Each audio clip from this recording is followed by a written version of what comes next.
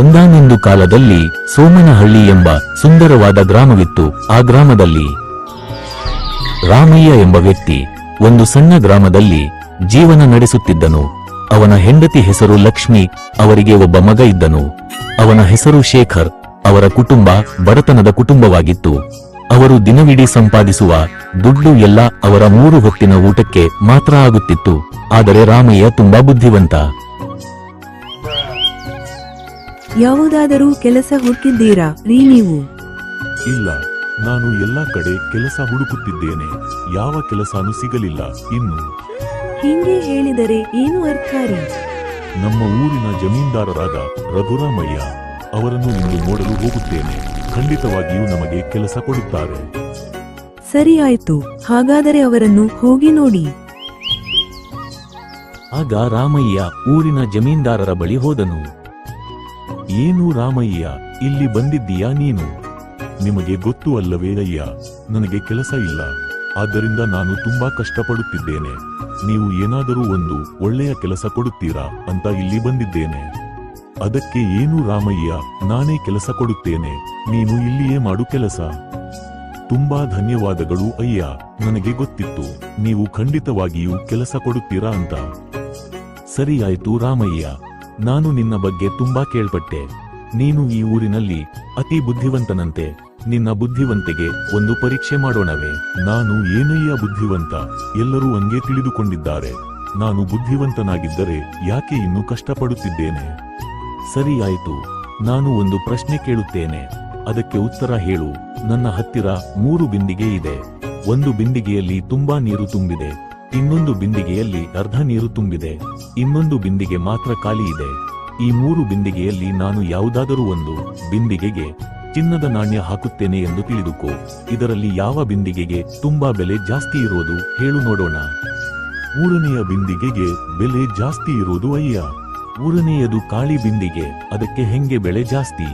ಮೊದಲನೆಯ ಬಿಂದಿಗೆಯಲ್ಲಿ ತುಂಬಾ ನೀರು ತುಂಬಿದೆ, ಅದರಲ್ಲಿ ಏನುವೆ ಹಾಕುವುದಕ್ಕೆ ಆಗುವುದಿಲ್ಲ. 2ನೆಯ ಬಿಂದಿಗೆಯಲ್ಲಿ ಅರ್ಧ ನೀರು ತುಂಬಿದೆ, ಅದರಲ್ಲಿ ಅರ್ಧಕ್ಕೆ ಮಾತ್ರ ಯಾವ ವಸ್ತು ಬೇಕಾದರೂ ಹಾಕಬಹುದು. 3ನೆಯ ಬಿಂದಿಗೆ ಖಾಲಿ ಬಿಂದಿಗೆ ಇದೆ, ಅದರಲ್ಲಿ ಮಾತ್ರ ತುಂಬಾ ವಸ್ತುಗಳನ್ನು ತುಂಬಬಹುದು. ಆದ್ದರಿಂದ 3ನೆಯ ಬಿಂದಿಗೆಯಲ್ಲಿ ಇರುವುದು ಎಲ್ಲ ಚಿನ್ನದ ನಾಣ್ಯ. ಆದ್ದರಿಂದ ಖಾಲಿ ಬಿಂದಿಗೆಗೆ ಬೆಲೆ ಜಾಸ್ತಿ ಇರೋದು. ಪರವಾಗಿಲ್ಲ ರಾಮಯ್ಯ, ಬುದ್ಧಿವಂತದಿಂದ ನೀನು ಉತ್ತರ ಹೇಳಿದೀಯಾ. ಇದರಲ್ಲಿ ಇಂತಹ ಒಂದು ಅರ್ಥ ಇದೆ ಅಂತ ನನಗೂ ಗೊತ್ತಿರಲಿಲ್ಲ. ನೀನು ಬುದ್ಧಿವಂತ ಎಂದು ನನಗೆ ಗೊತ್ತಾಯಿತು. ನಿನಗೆ ಗೊತ್ತು ತಾನೆ, ನನ್ನ ಹತ್ತಿರ ಕೆಲಸ ಮಾಡುವವರೆಲ್ಲ ಬುದ್ಧಿವಂತರಾಗಿರಬೇಕು. ಯಾಕೆಂದರೆ ಯಾವ ಸಮಯದಲ್ಲಿ ಯಾವ ತರ ಯೋಚನೆ ಮಾಡಬೇಕೆಂದು ಗೊತ್ತಿರಬೇಕು. ಅಂದಿನಿಂದ ರಾಮಯ್ಯ ಜಮೀನ್ದಾರರ ಮನೆಯಲ್ಲಿ ಕೆಲಸ ಮಾಡುತ್ತಿದ್ದ. ಹೀಗೆ ಸ್ವಲ್ಪ ದಿನ ಕಳೆಯಿತು. ಒಂದು ದಿನ ಜಮೀನ್ದಾರರು ರಾಮಯ್ಯನ ಬಳಿ ಹೀಗೆ ಹೇಳಿದರು. ರಾಮಯ್ಯ, ನಾನು ನಿನ್ನ ಬಳಿ ಒಂದು ವಿಷಯ ಹೇಳಬೇಕು. ಏನು ವಿಷಯ ಅಯ್ಯ ಹೇಳಬೇಕು? ನಾನು ನಿನ್ನ ಬಳಿ ಹೇಳುವುದನ್ನು ನೀನು ಯಾರ ಬಳಿಯೂ ಹೇಳಬೇಡ. ಏನೆಂದರೆ, ನಿನ್ನೆ ರಾತ್ರಿ ನಮ್ಮ ಮನೆಯಲ್ಲಿ ಕಳ್ಳತನವಾಗಿದೆ. ಮನೆಯಲ್ಲಿದ್ದ ಚಿನ್ನವನ್ನು ಯಾರೂ ಕದ್ದು ಬಿಟ್ಟರು. ಊರಿನ ಜನರಿಗೆ ಗೊತ್ತಾದರೆ ಜಮೀನ್ದಾರರ ಮನೆಯಲ್ಲೇ ಕಳ್ಳತನವಾಗಿದೆ. ಹಾಗಾದರೆ ಜಮೀನ್ದಾರರೇ ಅವರ ಮನೆಯನ್ನು ಜೋಪಾನವಾಗಿ ನೋಡಿಕೊಳ್ಳುವುದಕ್ಕೆ ಆಗುವುದಿಲ್ಲ ಎಂದು ಮಾತನಾಡುತ್ತಾರೆ. ನೀನೇ ಏನಾದರೂ ಮಾಡಿ ಕಂಡುಹಿಡಿಯಬೇಕು. ಸರಿ, ಹಾಗಾದರೆ ನಾನು ಸ್ವಲ್ಪ ಯೋಚನೆ ಮಾಡುತ್ತೇನೆ ಅಯ್ಯ. ಸರಿ ಆಯಿತು, ನಿನಗೆ ಬೇಕಾದಷ್ಟು ಸಮಯ ನೀನು ತೆಗೆದುಕೋ.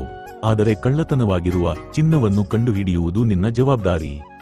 ನನ್ನ ಹತ್ತಿರ ಈಗಲೇ ಒಂದು ಒಳ್ಳೆ ಯೋಚನೆ ಇದೆ ಅಯ್ಯ. ಅದು ಏನು ಯೋಚನೆ ರಾಮಯ್ಯ?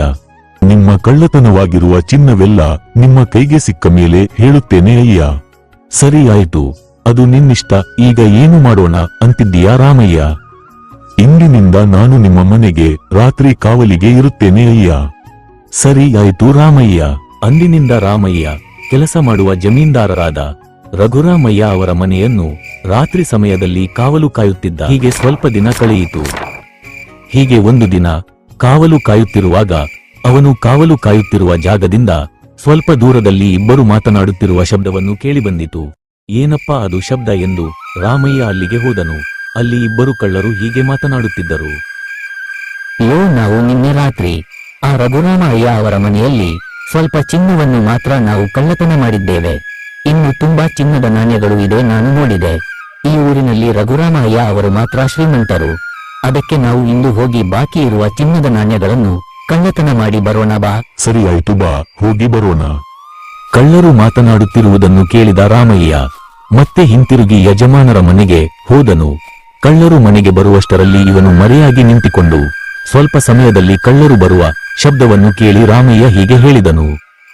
ಯಾರು ನಿನ್ನೆ ರಾತ್ರಿ ಕಳ್ಳತನ ಮಾಡಿದ್ದೀರಾ ಎಂದು ನನಗೆ ಗೊತ್ತಾಯಿತು. ಯಾರಾದರೂ ಮತ್ತೆ ಕಳ್ಳತನ ಮಾಡಲು ಒಳಗೆ ಹೋದರೆ ದೊಡ್ಡ ಕರಿನಾಗರ ಹಾವು ಒಳಗೆ ಇದೆ.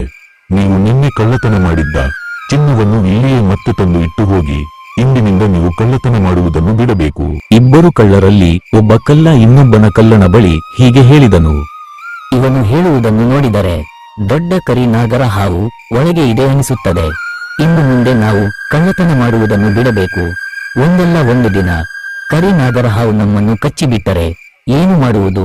ನಾವು ನಿನ್ನೆ ರಾತ್ರಿ ಎತ್ತಿದ ಚಿನ್ನವನ್ನು ಮತ್ತೆ ಇಲ್ಲಿಯೇ ತಂದು ಇಟ್ಟು ಬಿಡೋಣ ಎಂದು ಹೇಳಿ ಎದುರಿಕೊಂಡು ಇಬ್ಬರು ಕಳ್ಳರು ಅಲ್ಲಿಂದ ಮನೆಗೆ ಹೋಗಿ ಅವರು ಕಳ್ಳತನ ಮಾಡಿರುವ ಚಿನ್ನವನ್ನು ಮತ್ತೆ ತಂದು ರಘುರಾಮ ಅಯ್ಯ ಅವರ ಮನೆಯಲ್ಲಿ ಇಟ್ಟು ಹೋದರು.